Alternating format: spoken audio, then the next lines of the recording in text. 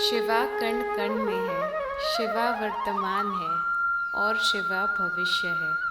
हर हर महादेव। ओम नमः शिवाय। श्रावण महीने की सभी भक्तों को शुभकामनाएं। प्रिय भक्तों, आज हम आपको एक ऐसी कहानी सुनाने जा रहे हैं जो आपके जीवन में शांति लाएगी। स्वागत है आपका हमारे YouTube चैनल भक्ति का ब्रह्मांड में। कृपया हमारे चैनल को सब्सक्राइब करें और वहाँ दिख रहे उस छोटे से बेल आइकन को दबाएं ताकि रोज़ हम आप तक भक्ति का ज्ञान पहुँचा सकें। तो चलिए शुरू करते हैं कहानी। अगर आप ये कहानी सुन रहे हैं तो इसे पूरी तरह सुनो। इस कहानी को अधूरा छोड़ने की गलती ना करें, क्योंकि इस पवित्र कहानी को पूरी तरह सुनने से आपको इच्छा पूर्ति फल प्राप्त होगा। तो इसे पूरी तरह सुनिए। अगर आप शिवा के भक्त हैं तो भगवान शिवा का अपमान कभी ना करें। भक्तों, सोमवार की कहानी के अनुसार भगवान भोलेनाथ और माता पार्वती पृथ्वी लोक की यात्रा करने की इच्छा से रामायणीय नगर पहुँचे। अमरावती नगर सब प्रकार की सुख संपत्ति से भरा था। वहाँ के राजा ने एक सुंदर शिव मंदिर बनवाया था। भगवान शंकर और माता पार्वती वहाँ मंदिर में रहने लगे। एक दिन माता पार्वती ने भगवान भोलेनाथ को देखा और मनोरंजन से इच्छा से बोली, ओ प्राणनाथ, आज हम दोनों चौरस खेलेंगे। उसी समय मंदिर के भक्त पूजा करने आए। माता पार्वती ने पुजारी से कहा, पुजारी जी, बताइए कि हम दोनों के बीच इस शर्त में कौन जीतेगा। ब्राह्मण ने बिना सोचे समझे कहा, महादेव जीतेंगे। खेल कुछ ही समय में पूरा हो गया और माता पार्वती जीत गई। माता पार्वती बहुत क्रोधित हुई और पुजारी को झूठ बोलने के लिए श्राप देने लगी। भोलेनाथ ने माता पार्वती को बहुत समझाया, परंतु उन्होंने पुजारी को दुख भोगने का श्राप दे दिया। माता पार्वती के श्राप से कुछ समय बाद ही पुजारी के शरीर में दुख होने लगा और वे दुखी हो गया। पुजारी को श्राप दिए बहुत समय बीत गया था। तभी एक दिन देवलोक की एक अप्सरा उसी मंदिर में पूजा करने आई। उसने पुजारी का दुख देखकर करुणा से पूछा, पुजारी जी, आपके दुख का क्या कारण है? पुजारी ने बिना झिझक के सारी बात बता दी। अप्सरा ने कहा, ओ पुजारी जी, अब ज़्यादा दुखी मत होइए। भगवान शिवा आपका दुख दूर करेंगे। आप श्रावण महीने के सोमवार का व्रत कीजिए और पूरी श्रद्धा से करिए। पुजारी ने अप्सरा से श्रद्धा से व्रत करने की विधि पूछी। अप्सरा ने कहा, सोमवार को व्रत करिए, पवित्र कपड़े पहनिए, शाम को पूजा के बाद आधा किलो गाय का दूध ले, उसके 3 भाग करिए और शाम को भगवान शिवा की पूजा करें। घी, गुड़, दिए, नैवेद्य, सुपारी, फल, बेलपात्र, चंदन, अक्षत, फूल आदि से। फिर 1 भाग दूध भगवान शिवा को अर्पण करिए। दूसरे 2 भाग भगवान शिवा के प्रसाद रूप में अर्पण करिए। आप भी प्रसाद लें। इस प्रकार श्रावण महीने के सोमवार का व्रत करिए। श्रावण के आखिरी सोमवार को 1 किलो सादे पूरे गाय का दूध को घी और गुड़ के साथ भूनिए और चूरमा बनाइए। भगवान शिवा को भोजन अर्पण करने के बाद प्रसाद सभी भक्तों को बांट दीजिए। फिर अपने परिवार के साथ प्रसाद लें। भगवान शिवा की कृपा से आपकी सभी इच्छाएं पूरी होंगी। भक्तों, अप्सरा ने ये कहकर स्वर्ग की ओर प्रस्थान किया। पुजारी ने श्रावण के सोमवार का व्रत किया और भगवान शिवा की कृपा से उनका दुख दूर हो गया और वे सुखी हो गए। कुछ दिनों बाद शिव पार्वती वापस मंदिर आए। पार्वती ने पुजारी को दुख मुक्त देखकर पूछा, पुजारी जी, आपका दुख कैसे दूर हुआ? पुजारी ने श्रावण के व्रत की कहानी सुनाई। बहुत खुश होकर माता पार्वती ने पूजा की विधि पूछी और पुजारी ने श्रावण व्रत की विधि बताई। माता पार्वती भी व्रत करने के लिए तैयार हो गई। व्रत करने के बाद उनकी सभी इच्छाएं पूरी हुई और उनका बेटा स्वयं कार्तिकेय ने भी अपनी माँ से ये बात जानकर कहा, माँ, कौन सी विधि है जिसने मेरे मन को आपके प्रति आकर्षित किया? माता पार्वती ने श्रावण महीने में सोमवार व्रत की कहानी सुनाई। कार्तिकेय ने कहा, मैं भी ये व्रत करूँगा क्योंकि मेरा प्रिय मित्र ब्राह्मण बहुत दुखी है और वे विदेश गया हुआ है। मुझे उससे मिलना है। कार्तिकेय ने भी ये व्रत किया और अपने प्रिय मित्र से मिले। मित्र ने उससे पूछा, ये आकर्षण का राज क्या है? कार्तिकेय ने कहा, हे मित्र, तुमसे मिलने की इच्छा से मैं श्रावण का सोमवार व्रत किया था। ब्राह्मण अपने मित्र से मिलकर बहुत खुश हुआ। मित्र ने कहा, हे कार्तिकेय, तुमने ये व्रत कैसे किया? कार्तिकेय ने व्रत की विधि बताई और मित्र भी व्रत करने के लिए तैयार हो गया। व्रत के प्रभाव से जब वे दूसरे शहर काम के लिए गया, तब वहाँ के राजा की बेटी का विवाह हो रहा था। राजा ने तय किया था उस दिन उसकी प्रिय बेटी उस राजा से विवाह करेगी जो अपने गले में हाथी का हार पहने होगा। भगवान शिवा की कृपा से वो ब्राह्मण राजा की सभा में बैठा था। समय के अनुसार कार्तिकेय ने हाथी का हार ब्राह्मण के गले में डाल दिया। राजा ने अपनी प्रतिज्ञा के अनुसार उस ब्राह्मण का विवाह अपनी बेटी से करवा दिया और बहुत धन दिया। ब्राह्मण अपनी सुंदर राजकुमारी से विवाह कर बहुत खुश हुआ। एक दिन राजकुमारी ने अपने पति से पूछा, हे प्रिय, तुमने ऐसा कौन सा महान पुण्य किया जो हाथी ने सब राजकुमारियों को छोड़कर तुम्हें चुना? ब्राह्मण ने कहा, हे प्रिय, मेरे मित्र कार्तिकेय की सलाह पर मैंने श्रावण का सोमवार व्रत किया था। इसका परिणाम है कि मुझे तुम जैसी सुंदर पत्नी मिली। राजकुमारी ने व्रत के महत्व को सुनकर व्रत करना शुरू किया। भगवान शिवा की कृपा से उनके गर्भ से एक सुंदर, बुद्धिमान और विद्वान पुत्र का जन्म हुआ। दोनों माता पिता अपने पुत्र को देखकर बहुत खुश हुए और उसका गुणगान करने लगे। जब पुत्र समझदार हुआ, एक दिन उसने अपनी माँ से पूछा, हे माँ, आपने ऐसा कौन सा महान पुण्य किया जो हाथी ने सब राजकुमारियों को छोड़कर आपको चुना? माँ ने अपने पुत्र को श्रावण के सोमवार व्रत का महत्व बताया। पुत्र ने भी राजाई अधिकार पाने की इच्छा से व्रत करना शुरू किया। सभी लोग व्रत करने लगे। व्रत करने के बाद एक दिन राजा का दूत आया और राजकुमारी को चुन लिया। राजा ने अपनी बेटी का विवाह एक ब्राह्मण युवक से कर दिया और बहुत खुशी मिली। राजा के निधन के बाद वो युवक राज्य का राजा बना, क्योंकि राजा का कोई पुत्र नहीं था। राजा बनने के बाद भी वो ब्राह्मण पुत्र श्रावण के सभी सोमवार को व्रत करता रहा। जब श्रावण का अंतिम सोमवार आया, तो उस ब्राह्मण पुत्र ने अपनी पत्नी से कहा, शिवा मंदिर में सभी पूजा सामग्री लेकर चलो। लेकिन उसकी पत्नी ने उसकी बात नहीं सुनी और सभी पूजा सामग्री शिवा मंदिर भेज दी। राजा खुद नहीं गया। राजा ने सभी पूजा सामग्री खत्म कर दी और एक आवाज़ सुनी, हे राजा, इस राजकुमारी को महल से बाहर भेजो, वरना ये तुम्हें नाश कर देगी। ये आवाज़ सुनकर राजा चकित हो गया। उसने अपने मंत्रियों को बुलाया और पूछा, हे मंत्रियों, मैंने शिवा की आवाज़ सुनी है जो कह रही थी, इस राजकुमारी को महल से बाहर निकालो, वरना ये तुम्हें नाश कर देगी। सभी मंत्री और सलाहकार निराश हो गए, क्योंकि राजकुमारी ने आवाज़ सुनी थी। राजा ने उसे महल से बाहर निकालने का निश्चय किया और राजा ने अपनी पत्नी को महल से बाहर भेज दिया। राजकुमारी दुखी हो गई और उसने श्राप दिया कि वे शहर के बाहर ही रहेगी। उसने फटे हुए कपड़े पहने हुए थे और वे बहुत भूखी थी। धीरे धीरे चलती हुई वह एक गांव पहुंची।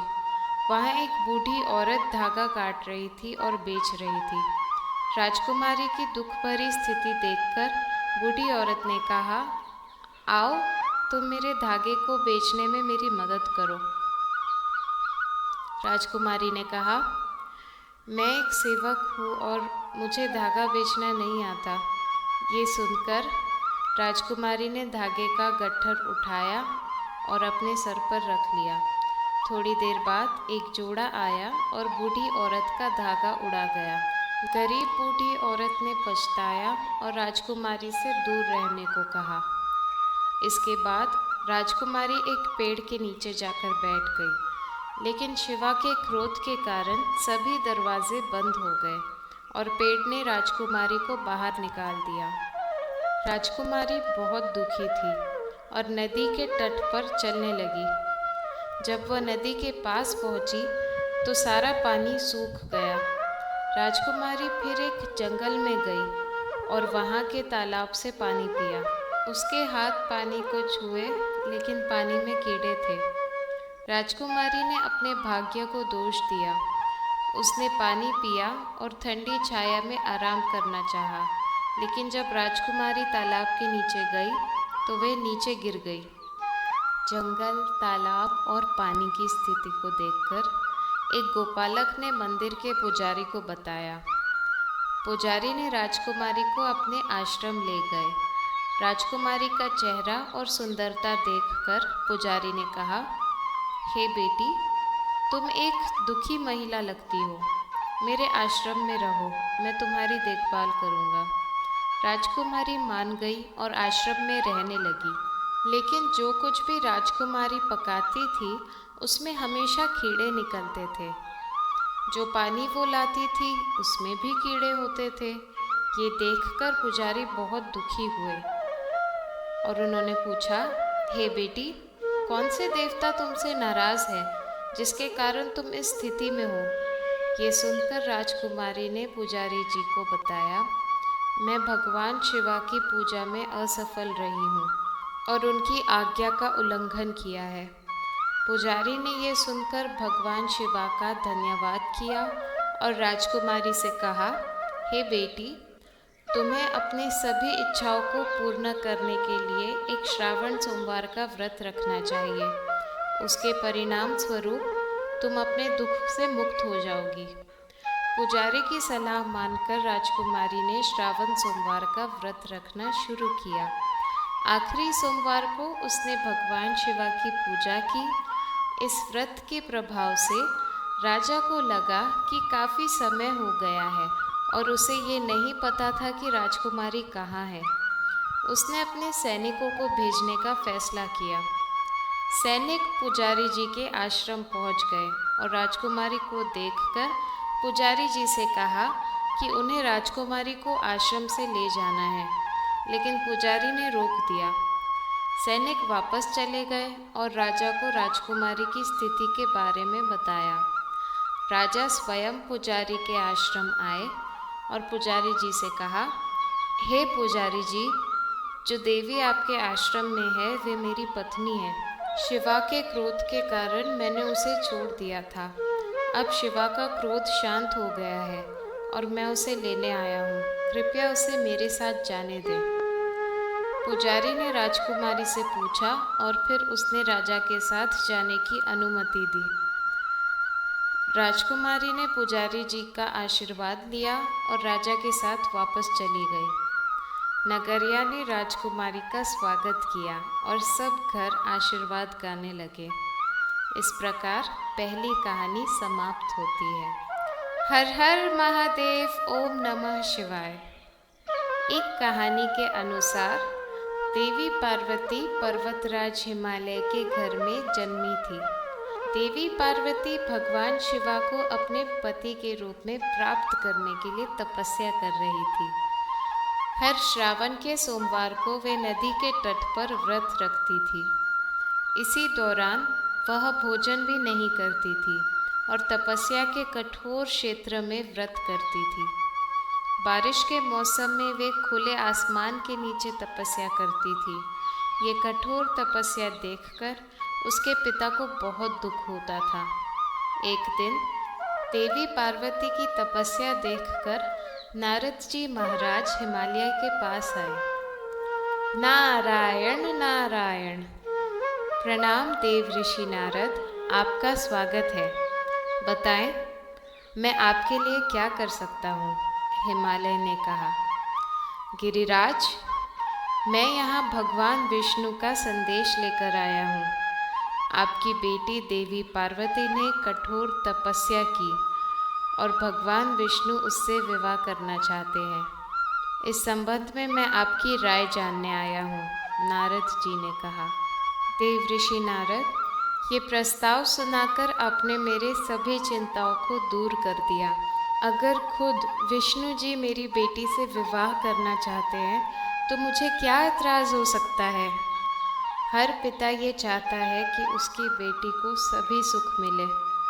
मेरा लक्ष्य यही था कि मेरी बेटी अपने पति के घर में जाकर सबसे ज़्यादा खुश रहे, महाराज हिमालय ने कहा। देवी पार्वती को जब इस विवाह के बारे में पता चला तो उनकी खुशी का ठिकाना न रहा। लेकिन पार्वती ने सोचा, मुझे भगवान विष्णु से विवाह करके क्यों दुखी होना चाहिए? पार्वती ने अपने सच्चे मन से भगवान भोलेनाथ को अपना पति माना है, लेकिन मेरे पिता ने मेरा विवाह विष्णु से तय कर दिया है। मैं एक अजीब धार्मिक दुविधा में हूँ। अब मैं क्या करूँ?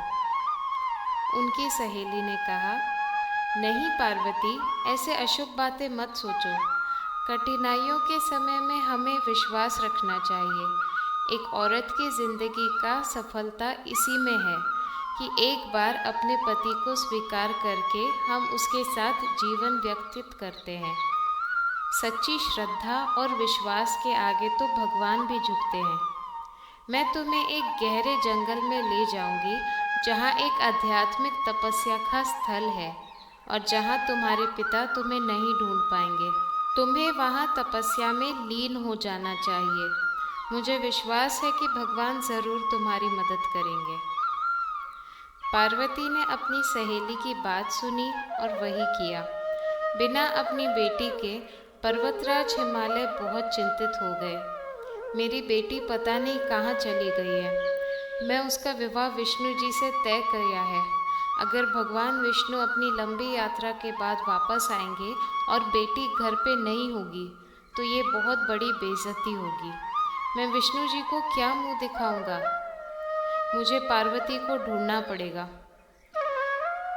यहाँ पार्वती अपनी सहेली के साथ नदी के तट पर एक गुफा में भगवान शिवा की तपस्या करने लगी। उस दिन भाद्रपद की शुक्ला तिथि थी। माँ पार्वती ने एक मिट्टी का शिवलिंग बनाया और श्रावण में व्रत रखा। पूरी रात वे भगवान शिवा की पूजा करती रही।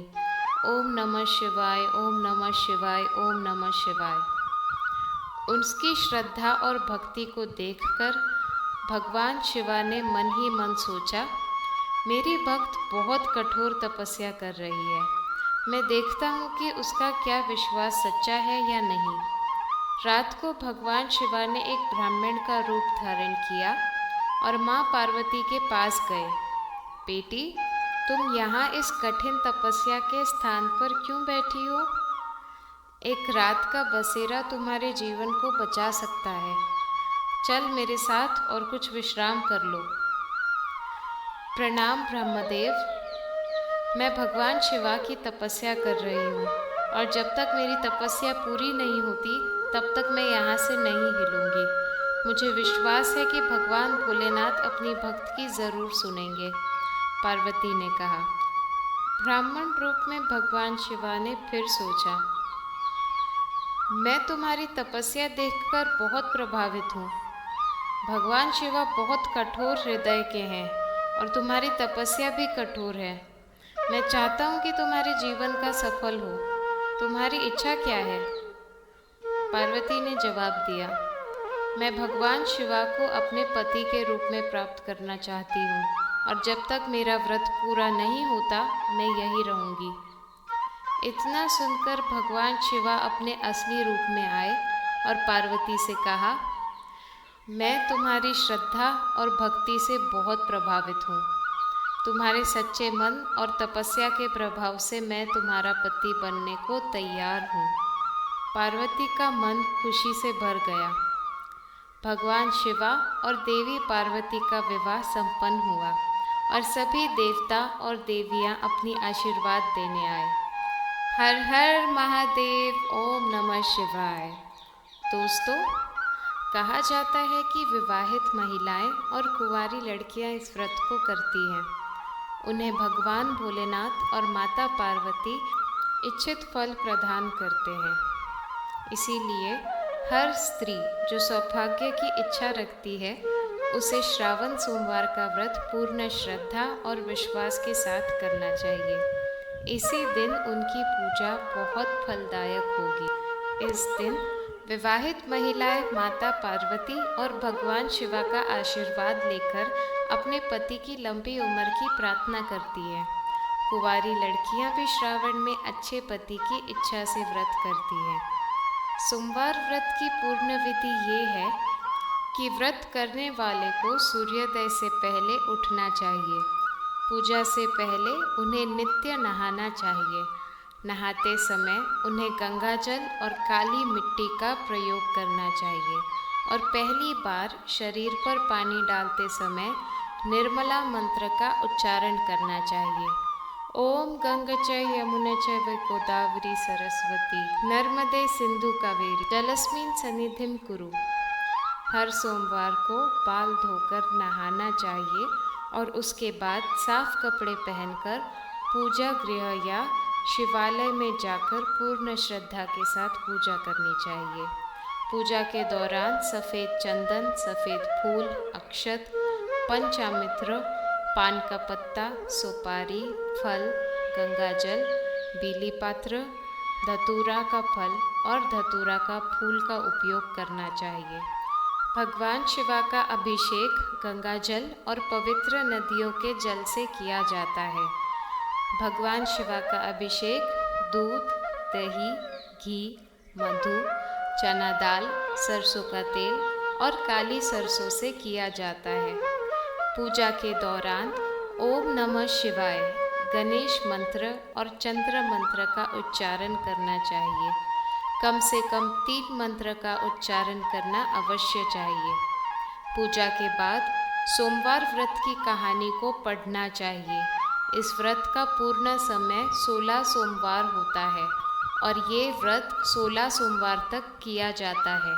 उद्यापन के लिए 16 सोमवार को एक ज्ञानी पुरोहित से करवाना चाहिए।